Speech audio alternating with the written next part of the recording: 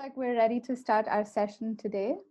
Hi Diksha, Thank how you are all you? for, I'm great. Thank you for joining us. Um, Thank you also to the audience for staying tuned in. We have someone so illustrious now with us that it's hard to condense his introduction to a few minutes, but I'm going to try. You might want to hold on to your seats for this. So Shiv Khemka here is the vice chairman of the Sun Group. It's a diversified group operating across the world in industries including equity, venture capital, renewable energy, electric mobility, high technology, and gold mining. He's also executive chairman of the Global Education and Leadership Foundation, an education initiative that's committed to identifying, nurturing, and supporting ethical and altruistic leaders to improve the inner and outer state of the world. He serves on the board of governors of Junior Achievement Worldwide and is a trustee of the Foundation Leadership Council at the United World College, Southeast Asia. He's also recognized at international fora such as the World Economic Forum, where he is a member of the Global Agenda Council on Education and was even elected a Global Leader for Tomorrow in 1997. He is a member of the BRICS Business Council and he leads the Indian business representation to the Shanghai Cooperation Organization. Shiv has served on boards and councils in many academic and policy institutions, including the Wharton School, the University of Pennsylvania, the Asia Society Policy Institute, Stanford University, Yale University, Brown University, and many more. He has also been a recipient of the Wharton India Alumni Award, the Dr. Jean Meyer Global Citizenship Award, and the Outstanding Contribution to Education Prize. Shiv himself has studied at some of these prestigious institutions, starting at Eton, graduating from Brown, and continuing his education at the Wharton School of Business and the University of Pennsylvania. He speaks 7 languages, including Portuguese and Russian. And with that, I think this is a short summary of all the things he's done and achieved. I will move on to introduce the other speaker we have today, Teja Reddy. Teja was born and raised in Oakland County, Michigan in the US. She studied mass media communications at Michigan State University and followed that with a master's degree in education and management from King's College London. Teja is the Chief Marketing Officer at HTC Global Services, which is an IT BPO services provider. It's based in the US with major operations in the Asia Pacific region, including India, of course. Having taken on her executive leadership role as a CMO just over a year ago, Teja is passionate about leadership and is keen on learning how she can become a better leader, both personally and professionally. Teja hopes that through leadership and meditation, she can shape herself to be an instrument of empowering and uplifting others. So with this power couple of Teja and Shiv, we will now hand it over to Teja to lead the conversation as she interviews Shiv Khemka. Over to you, Teja. Thank you so much, Diksha, for the lovely introduction. I should have asked you to introduce me first. Shiv, so happy to see you. How are you? I'm well, Teja. How are you? Thank you, Diksha, for the wonderful introduction. And good morning, Teja. How are you? Or good evening. Fantastic. It's great to see you again. Where are you right now? And how are you living during these unique times that we're going through? I'm in the US and hunkered down in self-quarantine with my family. So we're all here. Fantastic. Shiv, before we begin, I just want to say what an honor it is to be able to talk to you, especially during these dynamic times that we're all living through. Just from getting the opportunity to chat with you earlier and from what I've already learned about you, I get the really strong sense of how deeply committed that you are to creating an ecosystem where young people can discover the leader within themselves and have a support system that they can flourish in.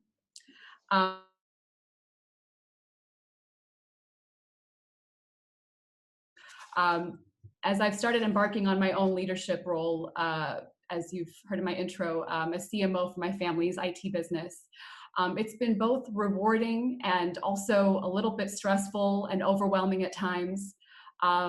You know, especially when I realized all that I was responsible for, and the weight of ownership can be a challenge.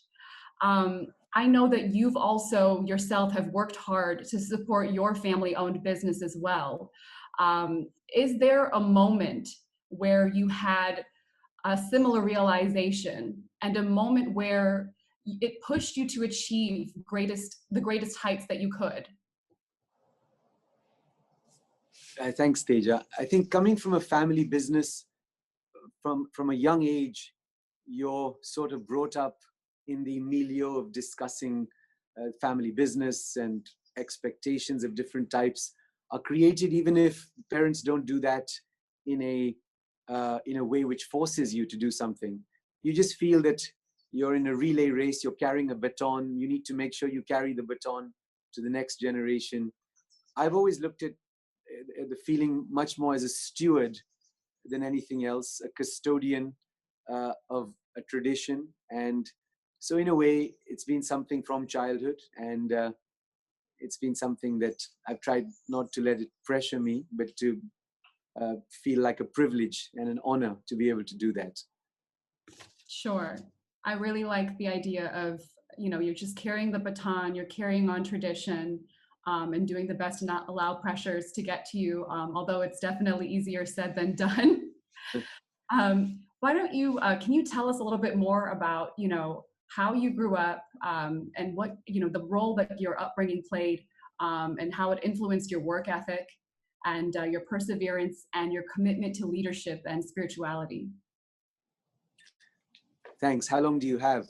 No, I'm joking. But I grew up in Delhi. I went to a wonderful school called St. Columbus, school where we had a wonderful education.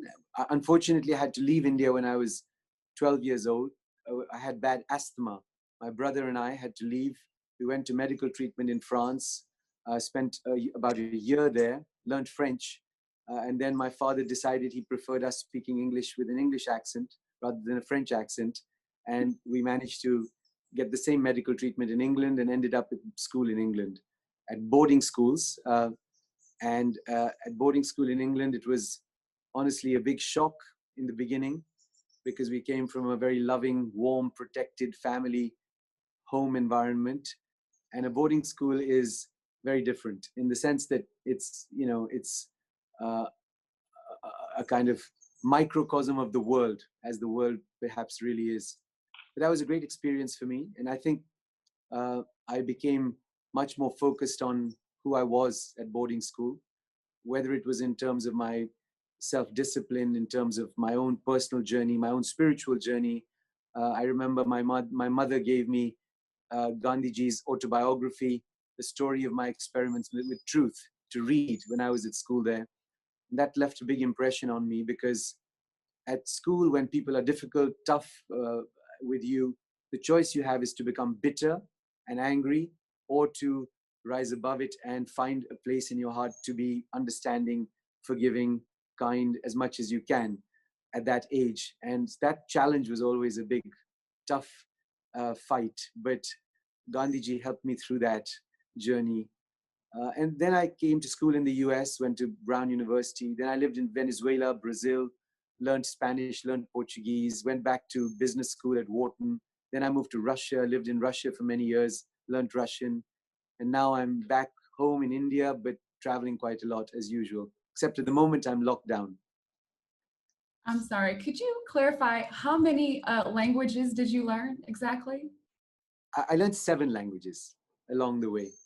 Would you mind if I challenged you to say something in all 7 languages? I just need to hear it. Тогда я могу говорить по-русски, как дела? Это русский язык. Puedo hablar español también. Posso falar português. Você fala português, morei no Brasil. Buonasera. in Italian, English and Hindi, of course, I speak because I grew up in Hindi, in India, and so I speak Hindi and English. So, but I love languages, and French, of course. Je parle français. J'ai fait mes études là, alors je parle français aussi. So. That's really impressive. I'm sure we have viewers from all over the world tuning in, and I'm sure many of them would really appreciate that. So thank you for sharing that. Kind of going back to what you talked about, your upbringing and coming from the contrast of a loving household and then being sent to boarding school, and then the role that Gandhi played, in molding and shaping your character, it sounds like. Obviously, your parents are a critical part of your support system and have created such a strong foundation for you. From what I understand, Gandhi is also a significant influence in your life. And I've heard you say in many of your talks that your mission is to find these and the next Nelson Mandelas of the world. These are historical people that, obviously I've never met. Many of us in our generation have not had the privilege. We learned about them in school. These are people that have had a tremendous impact on history. And so what are the values and the attributes that these people, these personalities, these unique people in time projected that you feel our youth should be adopting both in their professional and personal lives that makes you say, this is what I want to see more of? Well, I think the world has some great lights and great examples. You mentioned two of the names, but there have been many great leaders over history that I think we can learn a lot from. And so just to make it something that was clear to explain in a simple way, our foundation, the Global Education and Leadership Foundation, tGELF for short, the whole mission of tGELF is to help find and encourage great leadership on the planet.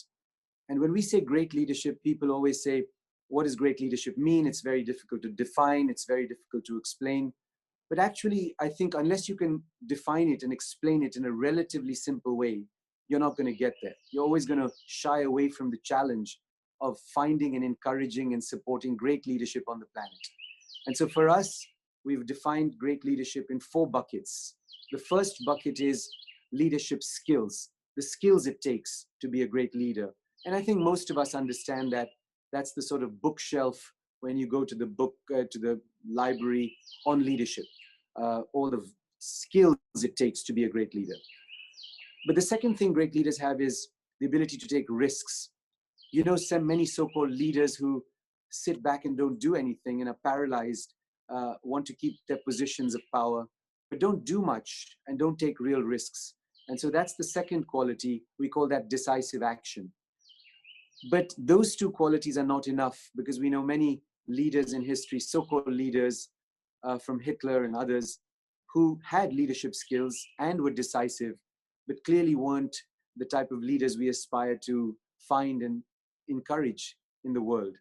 And that third quality is really one of ethics, morality, a basic sense of values, a North Star which guides one to do the right thing for not just oneself, but for one's people, for the world, for the environment, for other living beings. I think that third quality of ethics is very important. And but is that enough? So leadership skills with a sense of risk-taking and decisiveness and ethics, is that enough? And we all know many people that perhaps have those 3 qualities. Business leaders today, many of them are ethical, are strong leaders, doing the right thing, building businesses, also taking risks, navigating the difficult waters ahead. But for some reason, they're not at the same level of leadership as a Gandhi or a Mandela or a Mother Teresa or a Martin Luther King Jr. or an Abraham Lincoln, etc. And the question is, what is that last quality of leadership that one looks for, or one can put into the basket that would make people great leaders? And I think that last quality is altruism. If you look at Ashoka, King Ashoka, Ashoka the Great, he's Ashoka the Great not because he was a great conqueror and warrior, but because at some point in his life, he transformed himself to be a person who cared about everyone, became in his own way a great Buddhist leader, and realized a different path, a path of service, of kindness, of compassion. So I think that last quality of altruism defines great leadership, in our opinion. And those last two qualities of leadership require one to really delve deep within oneself if one wants to encourage and bring out that quality of leadership. So that is what we believe as a little mnemonic: LEAD, leadership, ethics, altruism, and decisive action, is the way to think about great leadership. And so when you look at leaders and you vote for them as a citizen of a country, we believe that if you look for those qualities, you'll choose the right leaders. And if you are attracted to that quality of leadership, you'll find those leaders, encourage those leaders, support those leaders. And imagine a world with 1,000 Mahatma Gandhis, Nelson Mandelas, Martin Luther Kings, Mother Teresa's planet, we hope. And the question is, where are those leaders? We believe they exist. And the key is to find them, encourage them to work together, give them the platform to work together and to do great things on a planet where the challenges are intense, immense, and we don't have that much time. Thank you. Thank you for sharing that model. I really, you think about so many great personalities, and those are some very distinctive features that you've mentioned and characteristics that define, that really set you apart from the rest of the people. Anybody can, you take risks, you make decisions, but really that humanness, that ability to think of beyond just yourself, and that altruism is what I'm hearing that's really that sets you apart from the rest. Why do you feel that it's that there's so few, that we're not able to really find, that you have to really search hard? Like, where are they? Well, I personally believe they exist. I believe that in every child, there are the grains of many of those things. I believe that our school systems, our college systems, the professional tracks that have been created, the global sort of mercantilist society that has brought so many out of poverty and helped so much on the planet, has also at the same time made it difficult for those voices to really emerge. I think that this education system on the planet has been designed to focus on success in the external world. The Industrial Revolution, the Scientific Revolution, there's been a huge focus on the world outside us. And that includes medicine. Medicine to me is still the world outside us. When I talk about the world inside us, I really mean the world of our emotions, of our spirituality, of our love, of our kindness, of our compassion, of reducing hate, of reducing violence. That world, unfortunately, not much is done to train that world, the world of values. And that is where you will find those qualities which will drive great leadership. And so I think it exists. I don't think it's encouraged adequately. I don't think it's brought out adequately. I think people who have those values are often loners at school, are often considered to be people that, are a bit crazy, a bit weird, aren't going to make it, are too idealistic, etc. And I think that's a problem. We need to encourage that kind of idealistic leadership and try to build a community of idealistic leaders that can together take on the challenges that confront us. Absolutely. Absolutely, Shiv. I couldn't agree with you more. And, coming from that message, a very powerful message from a mentor such as yourself, I've actually had the opportunity to talk to one of your mentees and heard tremendous things about your mentorship and how you empower young people at a young age itself, and give them enormous responsibility, and giving them the opportunity to take that responsibility and make their own decisions. How have you evolved as a mentor over the years? And how important do you think that it is for young people to have mentors today? I don't consider myself any great mentor or anything like that. I just think that one needs to encourage this conversation to happen, and I think it happens automatically. One needs to allow the person to develop at the speed they can without having preconceived expectations and notions about age and capability and all of those things which so many of us bring to the table. Just because someone is young in terms of physical age doesn't mean they are not much wiser than many people that are much older in terms of physical age, but are in fact much more adolescent in terms of their spiritual wisdom. So for us, I see every opportunity to interact with young people, so-called as an opportunity to interact with many wise souls, wise people, and I learn every day from them, and I hopefully grow with them. I try and live my life, which hopefully sets an example to others about how one should conduct a life of daily work on one's internal world, the spiritual world, the world of one's own internal development. The external world takes care of itself. I think, we put too much measure by external success and not enough measure by real internal success. And I think Gandhiji was great because he showed that path, as did many other leaders of that ilk and caliber. Sure. And right along with that internal success, I think, a huge factor is the ability to bounce back, the resilience from setbacks that happen to us along the journey. There's several young people that are tuned in. And, I think there's sometimes this fear of failure, a fear to make mistakes that's become taboo amongst millennials and Gen Zs. I think very often young people hold themselves to such high standards. And we're so crushed by the idea of failing and of making mistakes. And the older I get, the more I realize that, how important it was for me to make those mistakes, and to learn the lessons I did from both my personal and professional failures, and that it's okay to fail. So in retrospect, how critical were setbacks and failures in your journey in order to get to where you are today, and how did you handle them? I think, when you're a baby, you try to walk, you fall 20 times a day, 50 times a day, you get up again, you walk again. Failure is inbuilt, and really failure is just a process of learning. And so the question is, what is failure?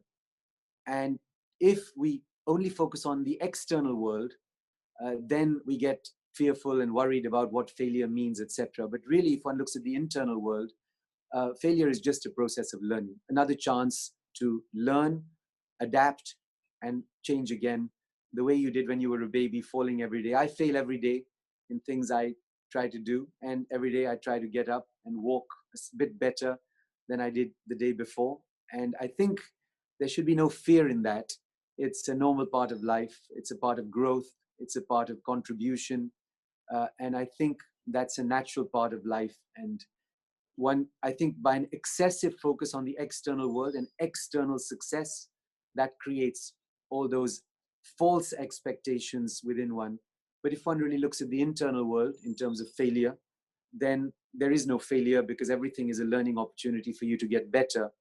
I think it is important, however, to forgive yourself, because you make mistakes, and to forgive yourself, to say, as a baby, you didn't say, oh my God, I fell down, now I can't get up again. You just got up again and kept walking until you walked.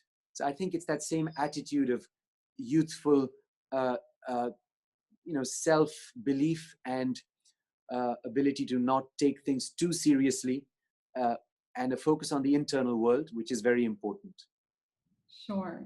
You pretty much already answered my next question. I was just going to ask you, how do you make sure that you're able to pass on these lessons to young people around you and tell them, give them the confidence that it's okay to quote unquote fail and to make those mistakes, and to not get defeated by the obstacles and challenges that come your way and that we're faced with in life, because it's inevitable and it's there for our growth. And you said to forgive yourself. That's a huge part of that process and of that growth. So thank you for that insight. I know we got a little bit of a late start today, so I've got some questions that are coming in from our audience. And would you like to have a look? We can take some of those questions as well. Sure, please. So I've got a question here about, what is the role of spirituality in leadership? you could maybe share a little more. That's the most important question that has been asked, I think. I mean, of course, your questions were great, but that question hits to the heart of the question of the issue of leadership. And again, I want to separate religion and spirituality, because I don't think they're the same thing. I think religion is a lot of the packaging around some core spiritual values, ideas, thoughts, and lessons and traditions. So if we talk about spirituality, which really to me means being a more loving person, a more kind, compassionate person, a less hateful, a less lustful, a less, all of those things that every spiritual tradition teaches you to be, then without spirituality, leadership is hollow. It's a completely hollow artifice. So spirituality is actually the core of great leadership. So if you look at Gandhiji or Martin Luther King Jr. or Mother Teresa or any of these great leaders, they defined their leadership by their spiritual journey, not by their external journey. So I think spirituality is the core of great leadership. But being spiritual doesn't just mean reading stuff. Reading stuff is like reading a book on how to swim.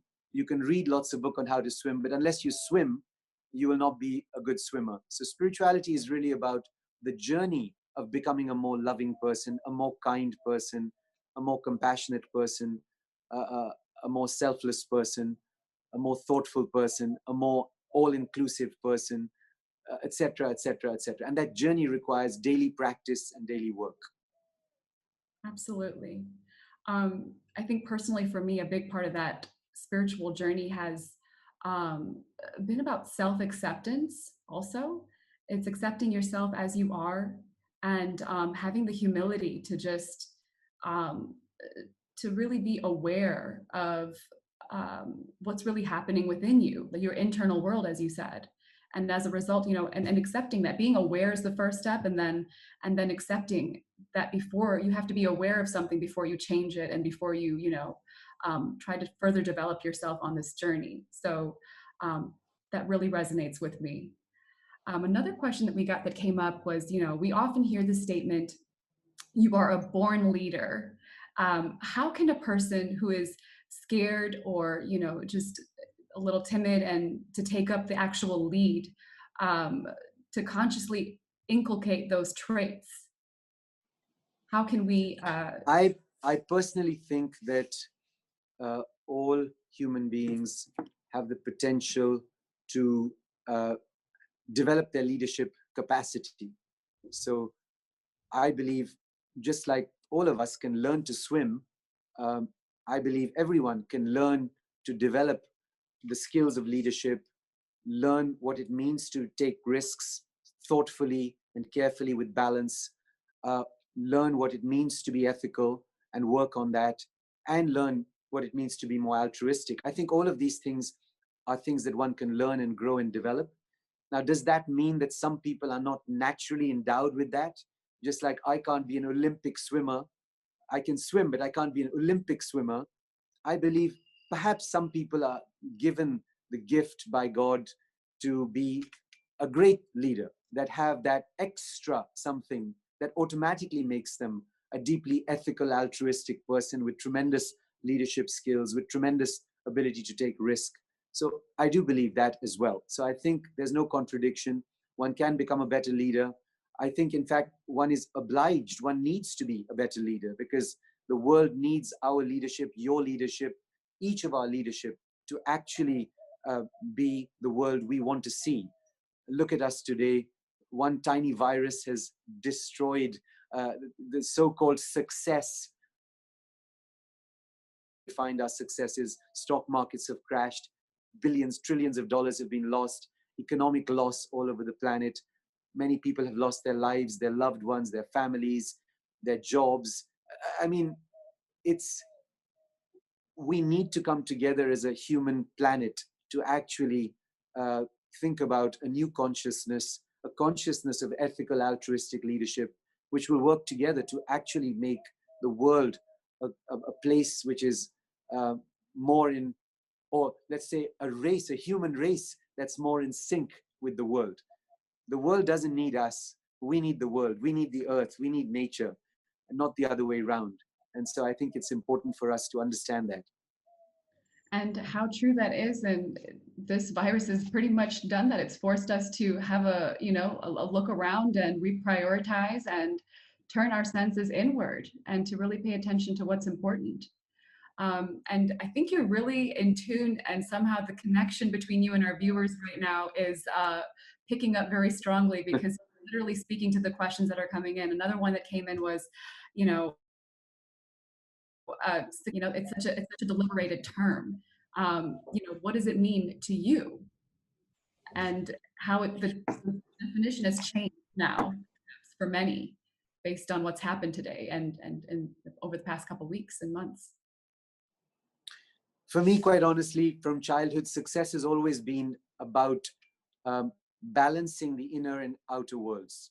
It's about making sure that my external success, so to speak, in terms of my career, my family, and the things around me, my community, my contribution to the community around me, all of which is external, is balanced by my internal success, which is all about daily spiritual practice,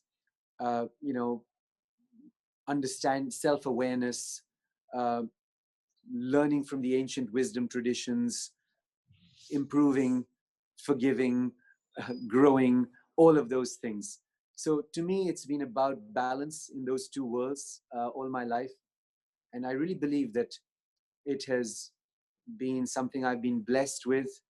And I think part of what we do at our foundation, tGELF, is to really encourage young people to balance external success and internal success. And that is not something that I find a lot of us do. I find it's imbalanced. There's a lot of focus on the external world and not enough focus on the internal world.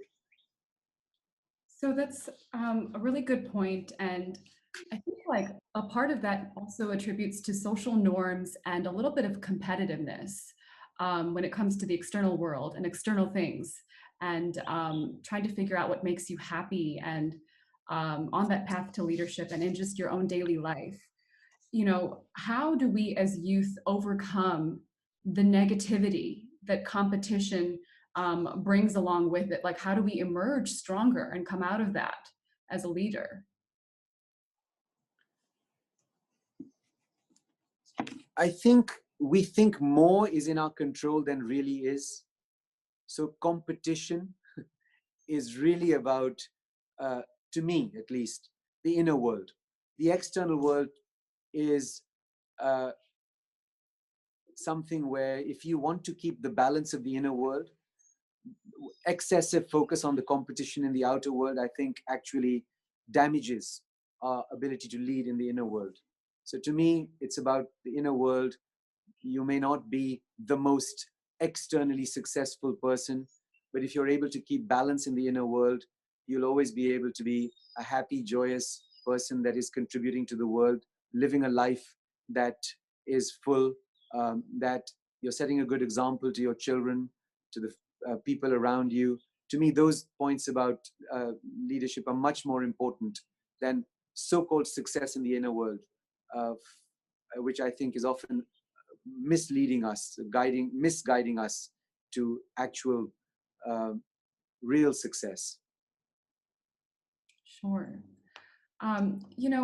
When you look at an individual, you've met a number of people and young people in your life that and I'm sure there's over time there's key value. What I'm asking is, what do you look for as if when you're meeting someone? What's that it factor, that X factor that you're looking for in an individual that sparks something and that makes you realize, okay, there's potential here, there's a leader here? Well, I try to see that in everyone, actually. I try to see that in every person because I believe it actually exists in every person. That seed of divinity exists in all of us. In some people, it's more apparent, where it's in their attitude. To me, attitude is very important. Is the attitude one of openness, humility to learn, or is the attitude one of, I already am very successful and I know what's going on and I know everything in my own life and kind of I've got it going and I did very well in my exams and I'm on top of everything. When the I becomes very loud, to me, that's a sign that the person isn't listening to their inner voice adequately. Because the truth is, the more you live life, the more you realize that really, not only are you not in control of this whole beautiful uh, life that we have, but the less we know, the less we're able to do, the less we are very, very small, tiny uh, uh, particles in this beautiful thing called life. And so I think humility is something I always admire, an attitude of openness, of willingness to learn, an attitude of being able to get up again and again, an attitude of kindness to others. These are all things I value very much. But I look for that spark in every person I meet. I try to find. I believe that that spark exists in everyone. Sure. I'm going to switch gears a little bit and kind of shift a little bit more to a personal angle here. You have 3 daughters, and all of them whom are achieving success in their own right and in their own ways. How did being a father, especially a dad to 3 girls, change the way that you looked at success and spirituality and leadership and in your life overall? Well, first of all, thank you for the question. My daughters, I'm very blessed with 3 wonderful daughters. And, I'll get into trouble if I don't say it, a beautiful wife and a wonderful mother. So all the women in my family are all very special. And to me, honestly, it's only made me realize how blessed I am. The blessings are what I focus on. Um, to try and learn from them and their wisdom, um, and hopefully to set some kind of uh, example to them in my daily practices like meditation, to guide them along that path. All of them went for 10 days silent meditation when they were 18 to Vipassana, and did it more than once, and love the inner journey as well. And I'm very blessed with that. To me, that's the greatest blessing. That's fabulous. So that you all meditate together, is it? Well, during this coronavirus crisis, we've started meditating together, which is one of the great joys and benefits of this lockdown. So we do meditate together these days, and it's been a lot of fun and really enjoyable to do that.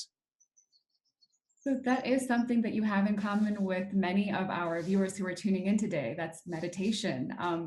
Can you tell us a little bit more about that journey with meditation? When did it start, and how has it helped you in your professional and personal life and in your leadership journey?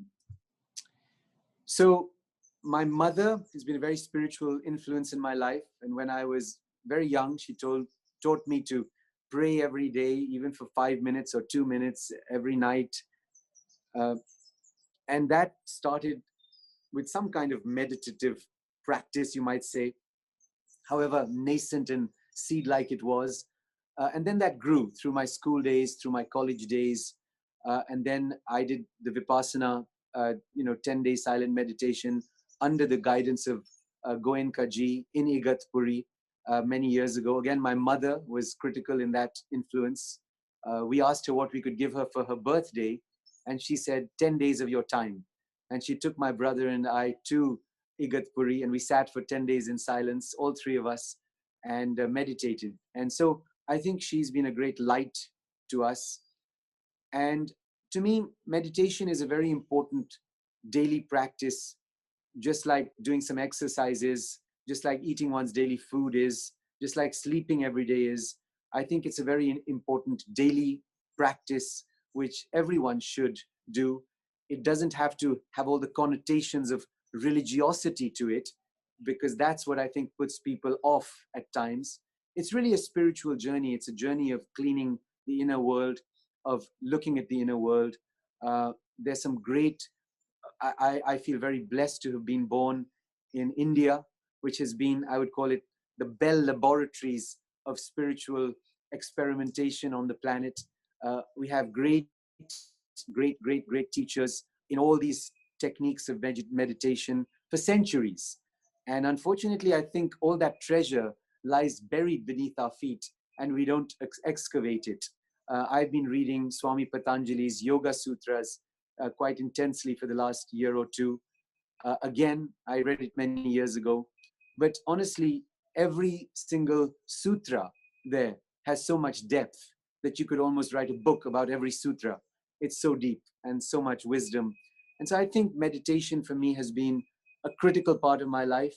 And actually, it's not about doing it just once a day. It's about trying to be in a meditative state as you live your life. And that state is a state of just awareness, of inner awareness of your inner world. It's like being, just like in the external world, we're aware when we walk, when we work, we're aware of our external surroundings. I think meditation is about just being aware all the time of our inner world. Are we being kind? Are we being compassionate? Are we being angry? Are we being fearful? All of these things which seem so obvious, but we don't do them.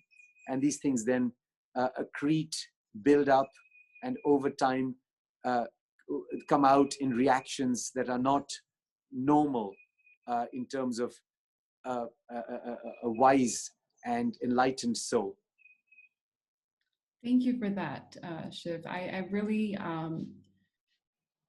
these are a lot of really valuable insights that we can take back with us. And honestly, one thing I wanted to ask you that I've been thinking about, you've operated businesses all around the world in 20 plus countries, picked up 7 languages along the way, and through various conditions, good, bad, ugly, you've seen it all, and it ranges like widely across the spectrum. And I've heard some stories, and someone who's gone through a number of adversities, you somehow still seem to remain eternally optimistic and I don't know, still idealistic in some way. How do you keep that alive? How do you do that?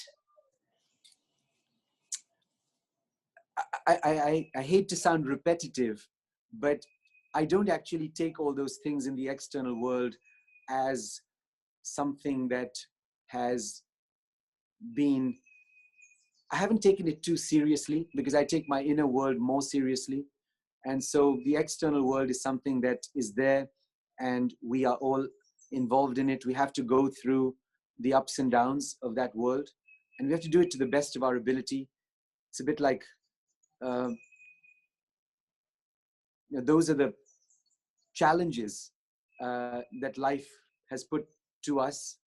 And I don't think any of that should really affect one's inner world and inner balance in any way. We're alive. We don't ask our heart to beat.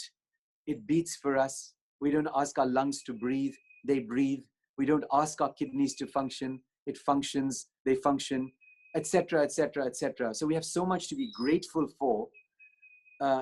Just to have life, to be grateful for that life is much more important than the things that happen in the world around us.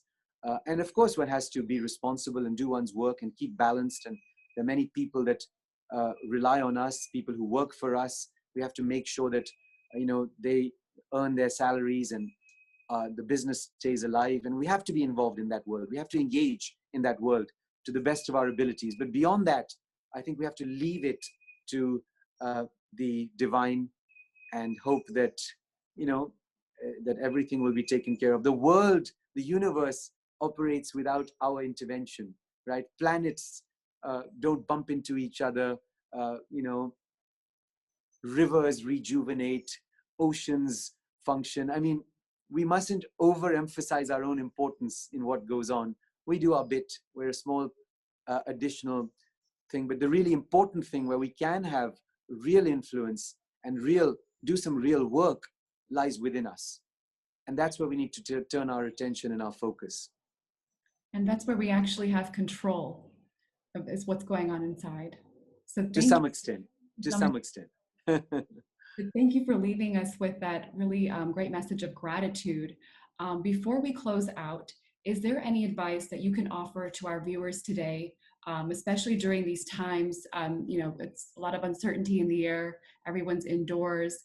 You know, we may have a little extra time on our hands, but, you know, any guidance or words or advice for the youth that you can offer from your perspective before we close out? So spend time with your loved ones, which you're doing, but take advantage of that because we don't do that enough. And very important, at least advice I'm giving our family is take the time for your inner spiritual work. Do read about great spiritual teachers, read the spiritual texts of your wisdom tradition, take some time for silence during the week. You know, we have a platform, our foundation has www.uLEAD.global. Please go there. We have a program called Kuch Karo Na. If you're sitting at home, Kuch Karo Na, do something. And that has a lot of fun things that one can do with the family, be involved with. But the most important thing I would say is follow the spiritual tradition. And if anyone wants to reach out to me, my email is shiv@khemka.com. It's easy, or shiv@tGELF, tGELF.org. Please reach out to us, reach out to me. And, you know, God bless, look after your families, be well, be safe, be healthy, and make spiritual progress during this unique gift of time that the universe has given us. Thank you so much, Shiv. It was an absolute honor and a pleasure to have you with us. I admire and respect you so much and look forward to collaborating with you and your team, to having you back for another session. Again, for those of you who'd like to follow up with Shiv or have any further questions for him and want to know more about tGELF, tGELF and be part of the community, sign so much more. Thank you so much, Shiv. And on to you, Deeksha. Thank you, both of Deeksha. you. Thank you, Teja. It's been a pleasure. Thank you so much. Thanks. Take care. Bye-bye. So to the audience, thank you too for keeping the questions coming. It seems like you really did enjoy this last show.